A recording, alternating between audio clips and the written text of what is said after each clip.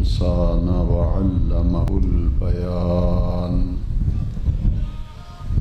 والصلاة والسلام على أفضل الرسل سيد السبل محمد صلى الله عليه وسلم رسول الإنس والجان وعلى آله وصحبه الذين تصرفوا إنان تحقيقهم إلى إعلاء كلمة الرحمن.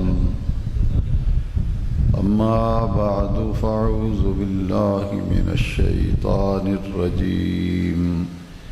بسم الله الرحمن الرحيم. والله لا يضيع أجر المحسنين. صدق الله مولانا العظيم.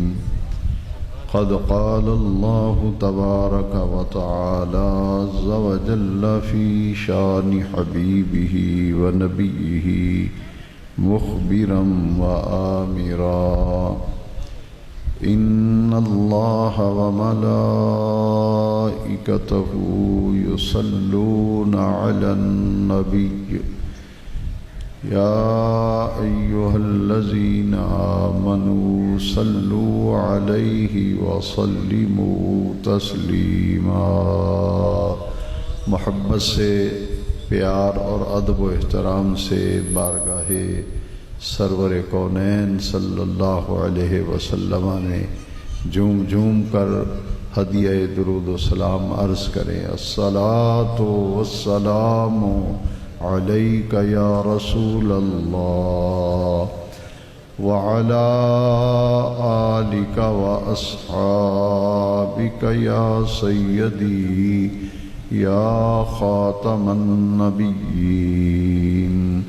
الصلاۃ والسلام علیک یا شفیع المذنبین وعلی آلک واصحابک یا سیدی یا رحمۃ للعالمین.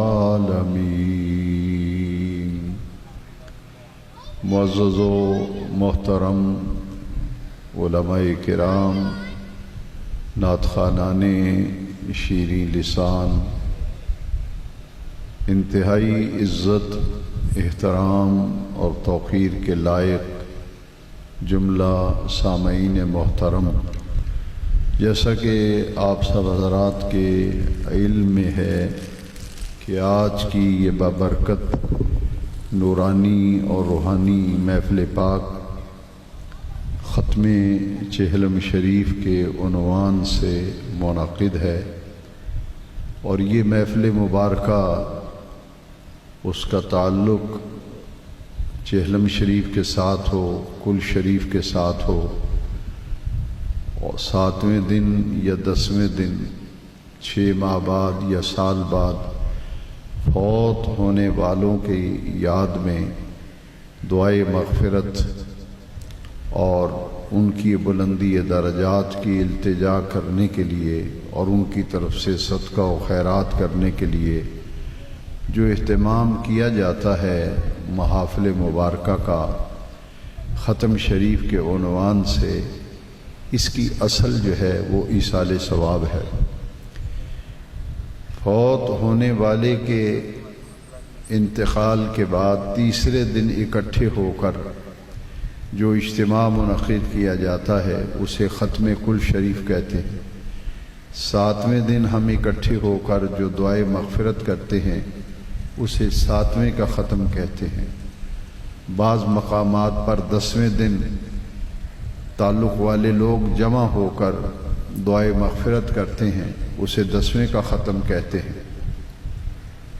اور اپنے پیاروں کی بلندی درجات اور مغفرت و بخشش کے لیے 6 ماہ بعد اور سال بعد جس دن ان کا انتقال ہوتا ہے، فوت ہوتے ہیں، اس دن بھی اکٹھے ہو کر ایک اجتماع منعقد کرتے ہیں۔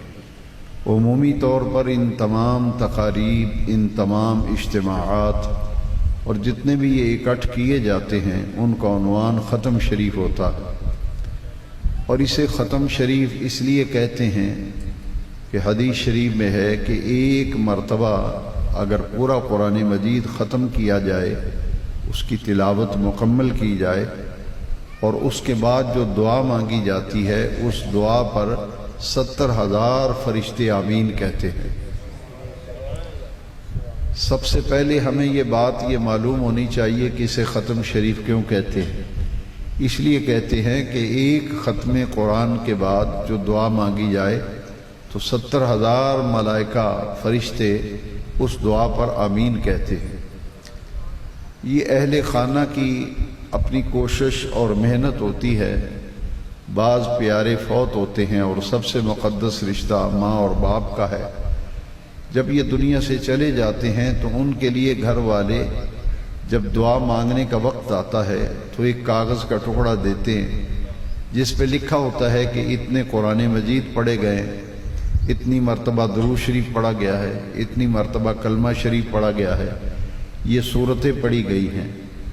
دو باتیں میں چاہوں گا کہ جتنے سامعین اس وقت موجود ہیں، دین کی یہ بنیادی بات بڑے غور سے سمجھنے والی ہے کہ یہ اجتماعات ہم کیوں منعقد کرتے ہیں، ان کی اہمیت کیا ہے، ان کی ضرورت کیا ہے۔ تو یاد رکھیے حدیث شریف میں آتا ہے کہ کسی فوت ہونے والے کے لیے 1.25 لاکھ مرتبہ کلمہ طیبہ پڑھ کر اس کی روح کو جب ایصال کیا جاتا ہے کہ باری تعالیٰ یہ 1.25 لاکھ مرتبہ جو کلمہ شریف پڑھا ہے اس کا جو تو نے ثواب عطا فرمایا ہے، یہ ہمارے فلاں پیارے جو دنیا سے چلے گئے ان کی روح کو عطا فرما۔ تو حدیث شریف میں آتا ہے کہ اس شخص کی مغفرت بخشش یقینی ہو جاتی ہے جس کے لیے 1.25 لاکھ مرتبہ کلمہ شریف پڑھ کے ایصال کیا جاتا ہے۔ اور ایک حدیث شریف میں 70,000 کا ذکر ہے کہ جس فوت ہونے والے کے لیے 70,000 مرتبہ کلمہ طیبہ پڑھ کر اس کی روح کو ایصال کیا جاتا ہے، اس کی مغفرت یقینی ہو جاتی ہے۔ ہم جب اہل اسلام کی تاریخ پڑھتے ہیں، اولیاء اللہ کی، بزرگوں کی، بہت سے واقعات بڑے پیارے دیکھنے میں ملتے ہیں۔ میں نے ایک جگہ پڑھا کہ بہت اللہ والے ایسے گزرے ہیں جنہوں نے اپنی زندگی میں 1.25 لاکھ مرتبہ کلمہ شریف پڑھا یا 70,000 مرتبہ پڑھا اور اپنے رب سے دعا کی کہ باری تعالیٰ یہ جو میں پڑھا ہے یہ میں اپنے ذات کے لیے پڑھ رہا ہوں کہ جب اس دنیا سے میں رخصت ہو جاؤں میرا خاتمہ ایمان پر ہو، میری مغفرت یقینی ہو۔ چونکہ حدیث شریف میں یہ بشارت آئی ہے اس لیے دعا مانگتے ہیں کہ اس کی بخشش یقینی ہے، اس کی مغفرت یقینی ہے۔ تو لوگ فوت ہونے سے پہلے اپنی زندگی میں ہی جب صحت ہو، تندرستی ہو تو یہ پڑھ لیتے ہیں اور نیت کرتے ہیں کہ یہ جو حدیث شریف میں بشارت آئی ہے میں نے اس لیے یہ کلمات طیبات پڑھے۔ یہ دو چیزیں ہیں، اس لیے انہیں ختم شریف کہتے ہیں کہ جو فوت ہونے والے ہیں ان کے لیے ہم اکٹھے ہو کر پڑھائی بھی کرتے ہیں، ان کے لیے صدقات و خیرات بھی کرتے ہیں تاکہ اللہ تعالیٰ ان کی مغفرت فرمائے۔ جس جہان میں وہ چلے گئے ہیں اللہ تعالیٰ ان کا وہ جہان اچھا فرمائے۔ اور آخرت کی منزلوں میں سے پہلی منزل جو ہے وہ قبر ہے۔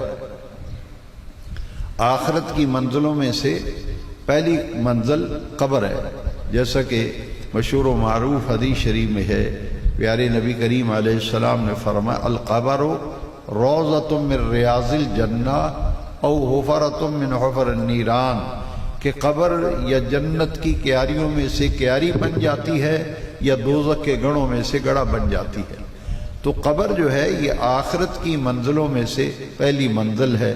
اور حدیث شریف میں ہے کہ کچھ لوگ ایسے ہیں کہ جب وہ قبر میں دفن ہوتے ہیں تو دفن ہونے کے بعد ان کی قبر کو جنت کا باغ بنا دیا جاتا ہے۔ کچھ ایسے لوگ ہیں جب دفن ہوتے ہیں تو ان کی قبر دوزخ کے گڑھوں میں سے گڑھا بن جاتی ہے۔ تو جب دعائے مغفرت کی جاتی ہے، اگر تو فوت ہونے والا نیک آدمی تھا، نیک آدمی دنیا سے گیا، فوت ہوا، اس کے لیے جو صدقہ خیرات کیا جاتا ہے، اس کے لیے جو دعا کی جاتی ہے، اس کے لیے جو پڑھائی کی جاتی ہے، تو اللہ تبارک و تعالیٰ ان کے درجات کو بلند فرماتا ہے۔ نیک آدمی کے لیے جب ایصال ثواب کیا جائے، متقی کے لیے جب ایصال ثواب کیا جائے، کسی اللہ کے ولی کے لیے جب ایصال ثواب کیا جائے، تو ان کے درجات کو اللہ تبارک و تعالیٰ جنت میں بلند فرماتا ہے۔ اور ہم جیسے گناہگار اگر چاہیں، ان کے لیے جو دعائے مغفرت کی جاتی ہے، اس سے گناہوں کی معافی ملتی ہے، مغفرت ملتی ہے اور بخشش ملتی ہے۔ یہ تین چیزوں پر مشتمل ہے کہ فوت ہونے والے کے لیے صدقہ و خیرات کرنا، فوت ہونے والے کے لیے دعائے مغفرت کرنا، اور فوت ہونے والے کے لیے کچھ پڑھ کر ان کی روح کو تحفہ بھیجنا۔ جیسے زندہ آدمی کو تحفہ دیں تو خوشی ہوتی ہے، آپ کو کوئی یار بیلی سجن دوست کو رشتہ دار کوئی گفٹ دے، کوئی تحفہ دے، تو تحفہ ملنے پر طبیعت مانوس ہوتی ہے، بندے کی طبیعت خوش ہوتی ہے۔ پیارے نبی کریم علیہ السلام نے فرمایا جس طرح زندہ آدمی کو تحفہ تحائف دیا جائے تو وہ خوش ہوتے ہیں، اسی طرح فوت ہونے والوں کو جب زندہ آدمیوں کا کوئی تحفہ پڑھائی کی صورت میں، دعا کی صورت میں، صدقہ خیرات کی صورت میں قبر میں پہنچتا ہے تو قبر والے کی روح جو ہے اسے بھی بڑی راحت ملتی ہے، اس کی روح بھی خوش ہوتی ہے کہ میرے فوت ہونے کے بعد میرے گھر والوں نے مجھے فراموش نہیں کیا، مجھے بھلایا نہیں ہے، بلکہ مجھے یاد رکھا ہے، اپنی دعاؤں میں بھی، اپنے ذکر و اذکار میں بھی، اپنے صدقات و خیرات میں بھی مجھے یاد رکھا ہے۔ میں اس ساری گفتگو کو مزید آگے بڑھانے کے لیے ایک بہت پیاری بات آپ کو بتانا چاہتا ہوں، اور یہ لطف کی بات یہ ہے کہ دیوبند مکتبہ فکر کے جو بہت بڑے عالم ہیں، بلکہ دارالعلوم دیوبند جو ہے اس کے جو بانی ہیں قاسم نانوتوی، انہوں نے اپنی کتاب تعزیر الناس میں یہ واقعہ لکھا ہے۔ یہ کتاب میری لائبریری میں موجود ہے، جب جس کا جی چاہے آ کے دیکھ سکتا ہے، اور اگر آپ کو کہیں سے یہ کتاب مل جائے تو آپ کو نمایاں یہ اس میں نظر آئے گا کہ حضرت جنید بغدادی رضی اللہ تعالیٰ عنہ، آپ کی مجلس لگی ہوئی تھی، لوگ بیٹھے ہوئے تھے، اچانک سامنے ایک خوبصورت نوجوان بیٹھا تھا جس جو ہے اس کی رنگت زرد ہو گئی اور اس کے چہرے پہ پریشانی اور غم نمایاں طور پر محسوس کیا جا رہا تھا۔ تو حضرت جنید بغدادی پریشان ہو گئے کہ میرے مجلس میں، میری محفل میں یہ نوجوان بیٹھا ہے، اچانک اس کا رنگ متغیر ہو گیا، طبیعت میں حزن و ملال آ گیا، اس کو کسی شدید صدمے کا جو ہے وہ رنج پہنچا ہے، اور شدید صدمہ جو پہنچا ہے اس کے اثر اس کے چہرے پہ نظر آ رہے ہیں۔ آپ نے اس نوجوان سے پوچھا کہ اے نوجوان کیا معاملہ ہے؟ میں دیکھ رہا ہوں تیرے چہرے پہ پریشانی ہے، تیرا رنگ بھی زرد ہو گیا ہے، متغیر، اور یوں لگتا ہے تجھے کوئی شدید دھچکا لگا ہے، شدید صدمہ پہنچا ہے۔ تو وہ نوجوان کہنے لگا کہ حضرت میں نے کشف کیا ہے اور میں دیکھتا ہوں کہ میری والدہ قبر میں ہے اور اس کو عذاب ہو رہا ہے، اور اپنی والدہ کو قبر میں عذاب میں دیکھ کر میرے دل کو دھچکا لگا اور چوٹ لگی اور صدمہ پہنچا ہے، جس کی وجہ سے میرے چہرے کا رنگ بھی زرد ہو گیا اور متغیر ہو گیا۔ حضرت جنید بغدادی فرماتے ہیں کہ میں نے دل میں خیال کیا کہ حضور کی حدیث ہے کہ 1.25 لاکھ مرتبہ کلمہ شریف پڑھا ہو تو فوت ہونے والے کی روح کو ایصال ثواب کیا جائے تو اس کی بخشش یقینی ہو جاتی ہے، اس کی مغفرت یقینی ہو جاتی ہے۔ فرماتے ہیں میں نے زبان سے نہیں، دل ہی دل میں نے ارادہ کیا کہ باری تعالیٰ جو 1.25 لاکھ مرتبہ میں نے کلمہ شریف پڑھا ہے، میں اس نوجوان کی والدہ کی روح کو ایصال ثواب کرتا ہوں۔ وہ جو 1.25 لاکھ مرتبہ میں نے کلمہ طیبہ پڑھا ہے، میں اس کی والدہ کی روح کو تحفہ بھیجتا ہوں۔ حضرت جنید بغدادی فرماتے ہیں میں نے دل ہی دل میں جب ارادہ کیا تو میں نے دیکھا کہ اس نوجوان کا چہرہ جو ہے وہ پھر متغیر ہو گیا، اس کا چہرہ یوں کھل اٹھا جیسے گلاب کا پھول ہوتا ہے، اور اس کے چہرے پہ خوشیاں اور مسرتیں بکھر گئیں۔ میں نے پوچھا نوجوان کیا معاملہ ہے؟ اب میں دیکھتا ہوں تمہارا چہرہ گلاب کے پھول کی طرح شگفتہ و شاداب ہے، خوشیاں اور راحتیں اور مسرتیں تمہارے چہرے پہ بکھر گئی ہیں۔ بیٹا بات کیا ہے؟ کہتا ہے حضرت اب میں اپنی والدہ کی قبر کو دیکھتا ہوں، میری والدہ کی قبر جنت کی کیاریوں میں سے کیاری بن گئی ہے۔ میری والدہ کی قبر جنت کی کیاریوں میں سے کیاری بن گئی۔ اب دو باتیں غور سے سن لے، پوری بات سمجھ میں آئی۔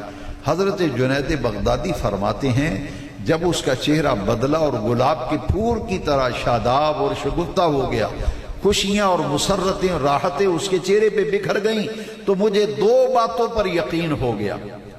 دو باتوں پر یقین ہو گیا۔ ایک تو یہ پہلے یقین تھا لیکن اب حق الیقین ہو گیا، عین الیقین ہو گیا کہ میرے نبی پاک نے جو فرمایا بالکل سچ فرمایا کہ 1.25 لاکھ مرتبہ کلمہ طیبہ پڑھ کر کسی کی روح کو ایصال کیا جائے اس کی مغفرت یقینی ہو جاتی ہے۔ اس حدیث مبارکہ پر میرا یقین بہت بلندیوں پہ پہنچ گیا۔ اور دوسرا مجھے یہ معلوم ہوا کہ یہ نوجوان کوئی عام نوجوان نہیں ہے بلکہ یہ صاحب کشف ہے، اس کو اللہ تعالیٰ نے کشف قبور کی نعمت سے نوازا۔ تو 1.25 لاکھ مرتبہ کلمہ طیبہ پڑھنے سے میت کی بخشش و مغفرت جو ہے وہ یقینی ہو جاتی ہے۔ حاضرین محترم ذرا غور فرمائیے، اگر یہ سوال کیا جائے کہ ختم شریف کیوں دلاتے ہو، بندہ فوت ہو جائے تو کل کیوں کرتے ہو، 7واں کیوں کرتے ہو، اب آپ اپنے دل سے فیصلہ کروائیں۔ سب سے بڑا قاضی تو ہر انسان کے اس آغوش میں بیٹھا ہے، یہ جج ہے، یہ قاضی ہے جسے دل کہتے ہیں۔ اب اپنے دل سے پوچھیں کہ میرے آقا کی حدیث شریف کو سچا ثابت ہوتے ہوئے حضرت جنید بغدادی نے دیکھا تو کیا یہ سستا سودا ہے یا مہنگا سودا ہے کہ ہم نے تو 1.25 لاکھ مرتبہ کلمہ شریف پڑھ کے دعا مانگنی ہے، فوت ہونے والے کی بخشش جو ہے وہ یقینی ہو جاتی ہے۔ سبحان نعرہ تکبیر، اسی لیے نعرہ رسالت، نعرہ رسالت، نعرہ تحقیق، نعرہ حیدری، نعرہ غوثیہ۔ آپ دیکھتے ہیں کہ کل شریف کا جب ختم ہوتا ہے، کوئی آدمی فوت ہوتا ہے تو تیسرے دن آپ دیکھتے ہیں کہ لوگ بعض جگہ چنوں پہ پڑھتے ہیں، بعض دفعہ کھجوروں کی گٹھلیوں پہ پڑھتے ہیں، بعض جگہ بادام ہوتے ہیں ان پر بیٹھ کر پڑھتے ہیں، وہ کلمہ شریف پڑھا جاتا ہے، 1.25 لاکھ مرتبہ پڑھا جاتا ہے۔ اور کیوں پڑھا جاتا ہے؟ حضور نے فرمایا جب کوئی مسلمان فوت ہو تو 1.25 لاکھ مرتبہ کلمہ شریف پڑھ کر اس کی روح کو اگر ایصال ثواب کیا جائے تو اس کی بخشش اور مغفرت جو ہے وہ یقینی ہو جاتی ہے۔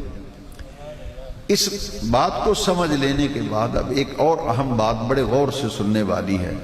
کچھ لوگوں کا یہ خیال ہے کہ یہ ختم درود اور دعا کا مردے کو کوئی فائدہ نہیں ہوتا، میت کو اپنے عمل کام آتے ہیں۔ میں 1 منٹ کے لیے ان کی بات ذہن میں رکھتے ہوئے آپ سے عرض کرتا ہوں کہ اگر بندے کے اپنے ہی عمل کام آنے ہیں، ان کا یہ موقف ہے، وہ کہتے ہیں کہ دوسرے بندے کا عمل مرنے والے کو فائدہ نہیں دیتا، اپنے عمل کام آئیں گے، اپنے عمل کام آئیں گے، کسی دوسرے کا عمل مرنے کے بعد کام نہیں آتا۔ تو پھر میں آپ سے پوچھتا ہوں کہ نماز جنازہ کس لیے پڑھی جاتی ہے؟ حدیث شریف میں ہے کہ کسی فوت ہونے والے کے جنازے پر 40 صاحب ایمان جنازہ پڑھ دیں تو ان کے جنازہ پڑھنے کی وجہ سے میت کی بخشش ہو جاتی ہے۔ آپ سب پڑھے لکھے لوگ ہیں، باشعور بزرگ بیٹھے ہوئے ہیں، نوجوان بیٹھے ہیں، ذرا غور کریں، جنازہ میت کا عمل تو نہیں ہے نا، جنازہ میت کا عمل نہیں ہے، یہ تو دوسرے لوگوں کا عمل ہے۔ اگر صرف اپنی عمل کام آئیں گے وہ تو فوت ہو گیا، دار العمل سے دار الجزا کی طرف اس کا سفر شروع ہو گیا، اب اس کا جنازہ پڑھا جا رہا ہے۔ جنازہ میت کا عمل نہیں ہے، یہ تو دوسرے لوگوں کا عمل ہے، اس کا فائدہ میت کو پہنچ رہا ہے کہ اس کی بخشش و مغفرت ہو رہی ہے، 40 صاحب ایمان اس کے جنازے پہ آ جائیں۔ اب اندازہ فرمائیں کہ جنازہ بیکار ہو کر رہ جائے گا۔ اگر یہ بات مان لیں کہ اپنے ہی عمل کام آتے ہیں میت کے، دوسرے کے عمل کا کوئی فائدہ نہیں ہوتا، تو جنازہ بیکار ہو کے رہ جائے گا، پھر جنازہ بے مقصد اور بے فائدہ ہے، اور شریعت بے مقصد اور بے فائدہ کاموں کا حکم نہیں دیتی۔ تو جنازہ پڑھا ہی اس لیے جاتا ہے کہ جو ہمارا پیارا دنیا سے جا رہا ہے اب اس کو غسل بھی دو، اس کو کفن بھی پہناؤ۔ بے ایک آدمی مر گیا تو غسل کیوں دے رہے؟ ذرا غور کرنے والی بات۔ ایک آدمی فوت ہو گیا، اب کہتے ہیں ڈیڈ باڈی ہے جی، کام ختم ہو گیا، کہانی مک گئی ہے، تو پھر اتنے اہتمام سے غسل دیتے ہیں، استنجا بھی کراتے ہیں مرے ہوئے بندے کو، وضو بھی کراتے ہیں، اس کو غسل بھی دیتے ہیں، اس کے دانت بھی صاف کرتے ہیں اور اس کے کانوں کو بھی صاف کرتے ہیں۔ اتنی صفائی ستھرائی کر رہے ہیں اور پیٹ پہ ہاتھ بھی پھیرتے ہیں تاکہ صفائی ہو جائے۔ اتنی طہارت کے غسل بھی دیا گیا، سفید لباس بھی پہنایا گیا، خوشبو بھی لگائی گئی۔ کیا ضرورت ہے خوشبو لگانے کی؟ مردے کو لگا رہے ہیں۔ کیوں یہ غسل کیوں دیا جا رہا ہے؟ کفن کیوں پہنایا جا رہا ہے؟ خوشبو کیوں لگایا جا رہا ہے؟ اس لیے کہ قبر میں حضور سے ملاقات ہونے والی ہے۔ اتنا اہتمام، قبر میں حضور سے ملاقات ہوگی، اسے صاف ستھرا کر کے تیار کر کے سفید لباس پہناؤ، خوشبو بھی لگاؤ، تاکہ جب قبر میں جائے گا تو حضور کی زیارت ہوگی، پوچھا جائے گا ما کنت تقول فی حق ھذا الرجل، بتا اس ہستی پاک کے بارے میں دنیا میں کیا کہا کرتا تھا۔ تو معلوم یہ ہوا کہ میت کا اپنا عمل نہیں ہے، یہ تو دوسرے لوگوں کا عمل ہے نا، کہ جنازہ جو ہے دوسرے لوگ پڑھ رہے ہیں اور میت کو اس کا فائدہ ہو رہا ہے یا نہیں ہو رہا۔ یہ ہے کہ مرنے والے کے لیے بہترین تحفہ جو بندہ یہ چاہتا ہے۔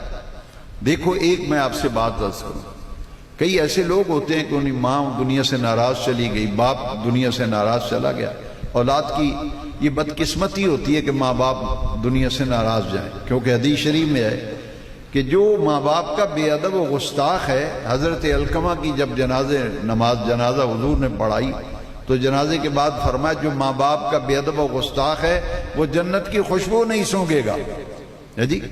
لیکن کسی کے ماں باپ دنیا سے ناراض چلے جائیں تو فقہائے کرام فرماتے ہیں ان کے لیے کثرت استغفار کرے، ان کے لیے بخشش کی دعائیں مانگے، ان کی قبر پر جا کر زیارت کرے، دعا کرے، تاکہ ان کی روح جو ہے اسے جب تحفہ ملے گا روح خوش ہوگی تو اللہ تبارک و تعالی ماں باپ کی جو ناراضگی تھی اللہ تعالیٰ اس کو راحت میں بدل دیتا ہے۔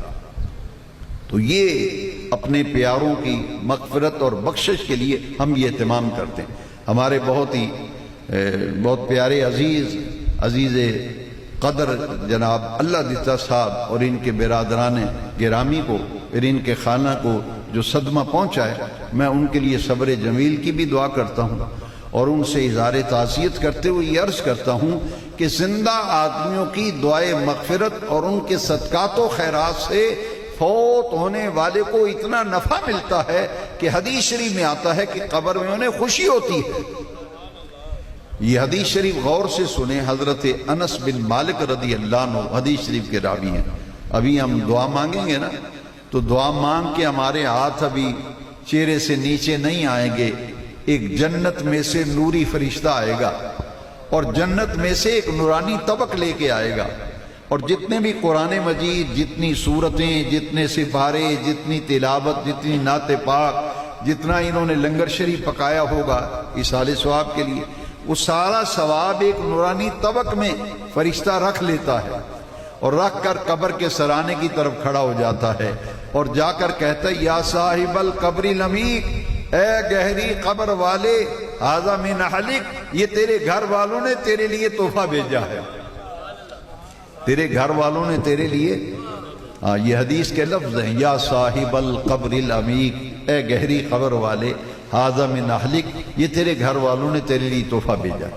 آپ کے گھر میں مہمان آئے نا تو آپ اپنے ڈرائنگ روم میں مہمان کو بٹھاتے ہیں، ایک اچھا سا ٹرے لیتے ہیں، اس میں جناب آپ نے مٹھائی بھی رکھی ہے، اس میں فروٹ بھی رکھا ہے، اس میں جوس بھی رکھا ہے، طرح طرح کی چیزیں سجا کر مہمان کے سامنے رکھتے ہیں تو مہمان بڑا خوش ہوتا ہے، یار انہوں نے میرے آئے کی قدر کی ہے۔ میرے آگے کئی لوگ آ کے بتاتے ہیں میں فلان سے ملنے گیا، اس نے 10 چیزیں میرے سامنے رکھی۔ یہ عزت ہوتی ہے، مہمان کی جو عزت کرتے ہیں یہ اپنی عزت ہوتی ہے۔ وہ آدمی 20 جگہ جا کے بتاتا ہے کہ میں کسی سے ملنے گیا تھا، یار اس نے میرے آگے 5-6 چیزیں رکھی، کھانا رکھا ہے، کہتے ہیں 3-4 قسم کے کھانے ڈشیں لا کے رکھی۔ تو کسی کی خدمت کریں گے وہ آپ کی عزت ہوگی، وہ آپ کا وقار ہوگا۔